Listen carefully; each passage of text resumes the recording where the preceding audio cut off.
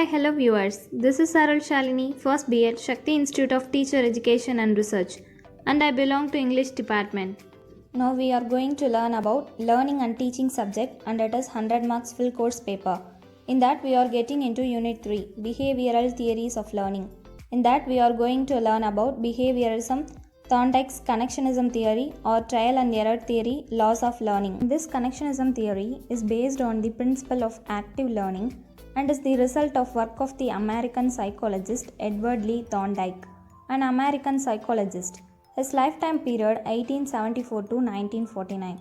This work led to Thorndike's laws. According to these laws, learning achieved when an individual is able to form association between a particular stimulus and a response. Edward Thorndike, 1898, is famous in psychology for his work on learning theory that lead to the development of operant conditioning with the behaviorism.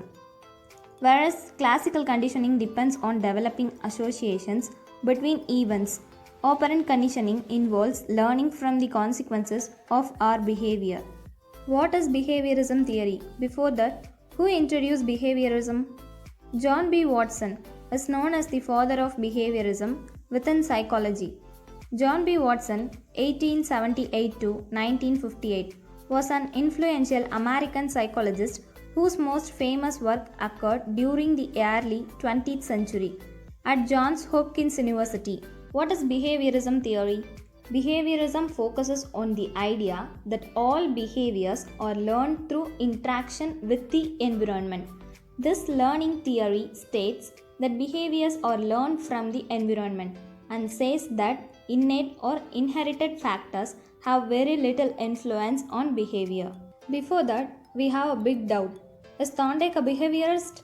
Thorndike was a pioneer not only in behaviorism and in studying learning but also in using animals in clinical experiments. Thorndike was able to create a theory of learning based on his research with animals.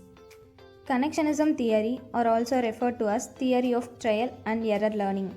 Connectionism theory, or simply SR, or stimulus response theory, by Thorndike is actually one of the most applied theories of learning.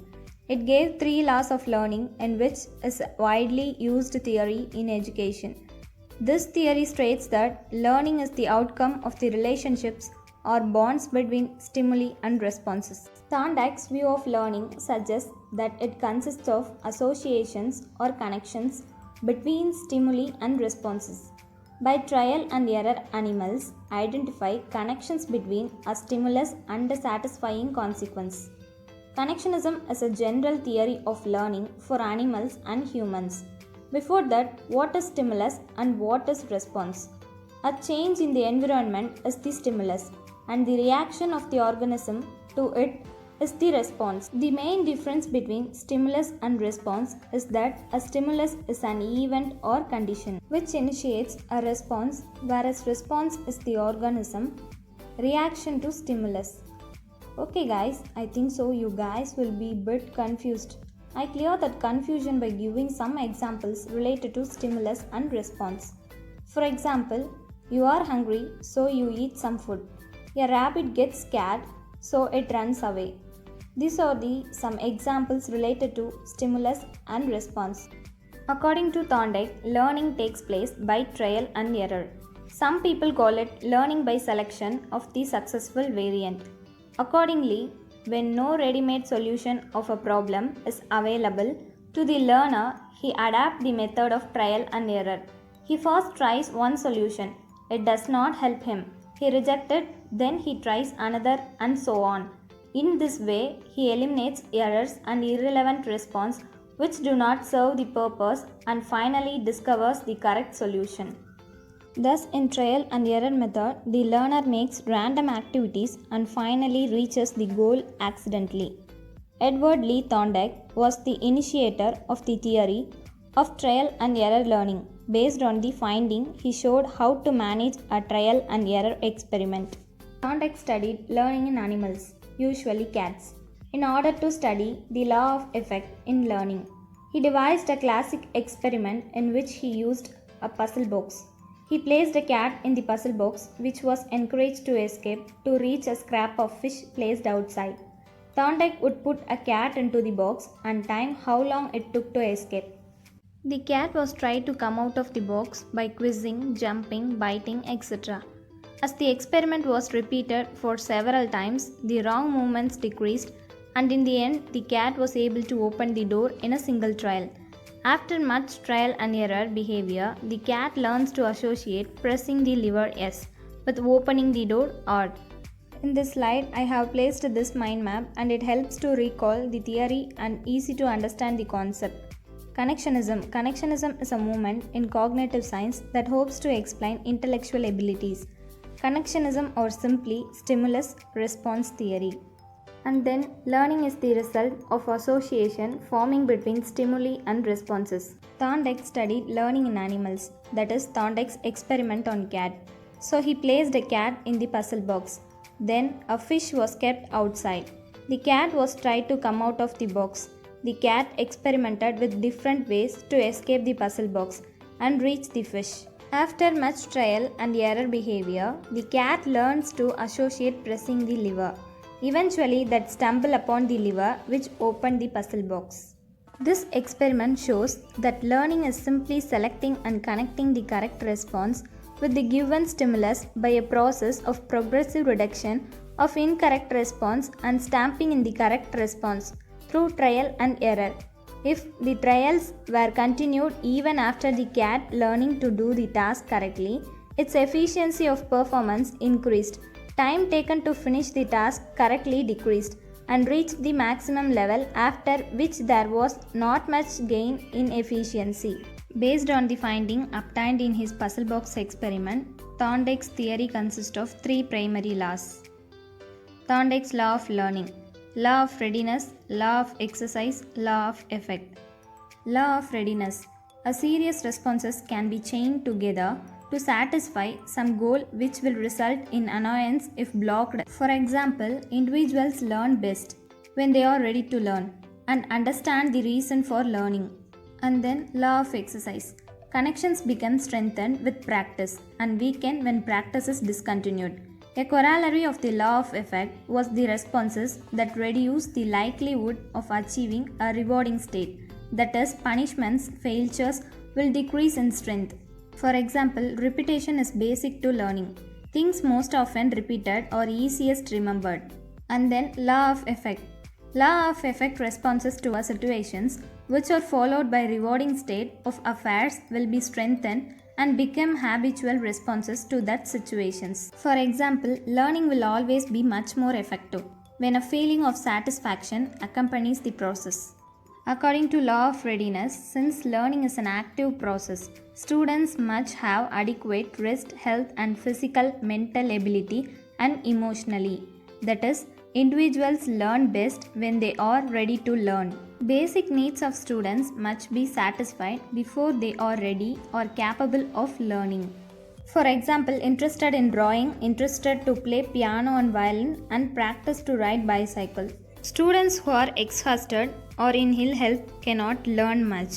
That is, if the child is not ready to learn, he cannot learn effectively. In this slide, it is about Thorndike's law of readiness is a law of preparatory adjustment and not a law about growth. When any conducting unit is ready to conduct, to allow it to do so is satisfying. That is, act plus do is equal to satisfy. Not to allow it to do so is annoying. That is, act plus did not is equal to annoying. When any conducting unit is not ready to conduct, for it to conduct is annoying. That is, not act plus reinforce plus do is equal to annoying. Educational implications of law of readiness are emotional and motivational. For example, student-teacher. While framing curriculum and teacher providing learning experiences to students, mental maturity level should be taken into account. Otherwise, students may learn without understanding the meaning of what they learn, which will result in loss of interest in learning. Readiness means a preparation of action. If one is not prepared to learn, learning cannot be automatically instilled in him. For example, unless the typist in order to learn typing prepares himself to start, he would not make much progress in a lethargic and unprepared manner. That is, a law which states that learning is dependent upon the learner's readiness.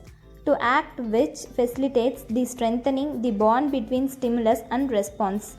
Thorndike's law of exercise concerns the role of practice in learning. It states that the strength with which a response will be connected with a situation depends upon the number of times the response has occurred in that situation. In other words, if a response is practiced for a certain number of times, it will tend to permanently established. Any repeated response gathers some strength. As a result, it becomes easier to repeat it again. Practice will result in strengthening of connections. Its discontinuance will result in weakening of connection leading to forgetting. That is, a drill or practice helps in increasing efficiency and durability of learning. Things most often repeated are best remembered. Students do not learn complex tasks in a single session. Many examples of this case are found in case of human learning. Learning to drive a motor car, typewriting, singing or memorizing a poem or a mathematical table and music etc. need exercise and repetitions of various movements and actions many times. Law of exercise has two parts, law of use and law of disuse. Law of use, the learning or strengthened with repeated trial or practice. That is, with the practice the connection is strengthened. Law of disuse, learning or weakened when the trial or practice is discontinued. That is, when the practice is discontinued, connection is weakened. Law of effect. One of the first principles associated with learning and behavior was the law of effect, which states that the behavior that lead to satisfying outcomes are likely to be repeated, whereas behaviors that lead to undesired outcomes are less likely to recur. There are two key aspects of the law of effect. Behaviors immediately followed by favorable consequences are more likely to occur again. For example, being praised by a supervisor for showing up early for work made it more likely that the behavior would be repeated. The second one, behaviors followed by unfavorable consequences are less likely to occur again. For example, if you show up late of work and miss an important meeting, you will probably to less likely to show up late again in the future because you view the missed meeting as negative outcome. The behavior is less likely to be repeated. That is, if the response satisfy the subject, they are learned and selected, while those which are not satisfying are eliminated. The essential idea is that behavior can be modified by its consequences, as Thorndike found in his famous experiment with hungry cat in puzzle box. The cat was placed in a box that could be opened if the cat pressed a lever or pulled a loop. He referred to his reinforcement of latch opening as documenting the law of effect. In this slide, I have mentioned the mini mind map about trial and error learning. It has three primary laws, law of exercise, law of effect and law of readiness. Law of exercise has two aspects, that is law of use and law of disuse. In law of use, connection is strengthened. In law of disuse, the connection is weakened. In law of effect is improved by learning. It is both of rewarding and punishment. The last educational implications of these laws. Learning by doing is good advice. One learns to do what one does. The amount of reinforcement necessary for learning is relative to the student's needs and ability. The principle of readiness is related to the learner's stage of development and their previous learning. The student's self-concept and beliefs about their abilities are essentially important. Teachers should provide opportunities for meaning and appropriate practice. Transfer of learning to new situations can be horizontal, across subject matter, or vertical, increased complexity of the same subject. Learning should be goal-directed and focused. Positive feedback, realistic praise, and encouragement are motivating to the teaching learning process. Metacognition is an advanced cognitive process whereby students apply learning strategies and also helps them sense if they are learning or not. And that's all about this topic.